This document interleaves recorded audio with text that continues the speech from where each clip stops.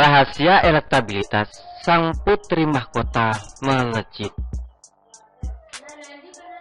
Menjadi seorang presiden tidaklah mudah, harus melalui proses yang panjang dan rumit. Jika ingin jadi presiden, harus mempunyai elektabilitas dan popularitas yang tinggi, didukung oleh sejumlah partai politik yang memenuhi ambang batas 20%, serta memenangkan pemilihan presiden melawan kontestan lainnya. Jika elektabilitas dan popularitasnya rendah, apalagi tidak didukung oleh partai politik, maka sangat sulit menuju kursi RI 1. Jangankan jadi presiden, hanya sekedar jadi peserta pilpres saja tidak akan bisa. Ganjar Pranowo yang merupakan gubernur Jawa Tengah, kader PDI Perjuangan serta mempunyai elektabilitas sangat tinggi, belum tentu bisa mengikuti pilpres. Sampai saat ini, partainya sendiri seolah mengabaikan sosok Ganjar. Megawati lebih memprioritaskan Puan Maharani sebagai capres dari PDI Perjuangan. Beberapa bulan yang lalu, Puan mempunyai elektabilitas sangat rendah, di bawah 2%. Oleh karena itu, banyak pihak yang meremehkan dan pesimis jika putri mahkota Partai Banteng ini bisa dijagokan jadi capres. Tapi Megawati dan PDI Perjuangan terus berusaha untuk menaikkan elektabilitas ketua DPR ini. Hasilnya cukup mengejutkan. Elektabilitas ketua DPP PDIP Puan Maharani kini berada di 4 besar kandidat capres berdasarkan hasil survei Lembaga Kedai Kopi. Elektabilitas Puan melejit ke angka 9,6%. Berada di bawah urutan ketiga, yaitu Gubernur DKI Anies Baswedan yang meraup elektabilitas 14,5%.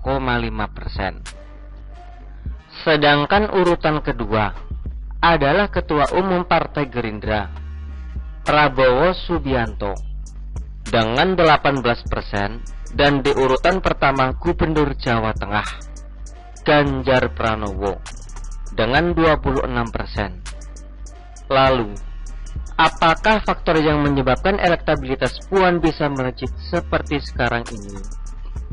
Pertama, kerja keras partai. Beberapa waktu lalu, tersiar kabar ada instruksi kepada PDI Perjuangan di daerah-daerah seluruh Indonesia agar membuat baliho bergambar Puan Maharani. Maka, untuk beberapa waktu, gambar besar Puan terpampang di berbagai tempat strategis di banyak kota seluruh Indonesia. Kepak sayap kebinekaan menyapa seluruh masyarakat Indonesia. Selain baliho bergambar Puan, banyak juga kemasan bantuan sembako yang bergambar ketua DPR ini dibagikan di berbagai tempat di Indonesia. Kedua, meningkatnya elektabilitas Puan Maharani ini beriringan dengan naiknya penerimaan publik terhadap presiden perempuan. Masyarakat ternyata menambahkan memiliki presiden dari kaum perempuan. Mungkin mereka akan menganggap lebih keren jika presiden Indonesia seorang perempuan. Ketiga, Puan Maharani diberi panggung oleh Megawati. Puan diberi tugas spesial untuk melakukan safari politik, mengunjungi partai politik lain. Safari politik ini mendapat sorotan dari berbagai media, sehingga Puan Maharani lebih sering terekspos ke publik.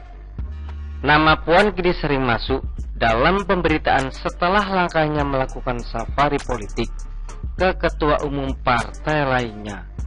Elektabilitas Puan kini menyalip tokoh lainnya seperti Gubernur Jawa Barat Ridwan Kamil, Menteri Pariwisata dan Ekonomi Kreatif Sandiaga Uno, Ketua Umum Partai Demokrat Agus Harimurti Yudhoyono atau AHY, dan Ketua Umum Partai Kebangkitan Bangsa Muhaimin Iskandar.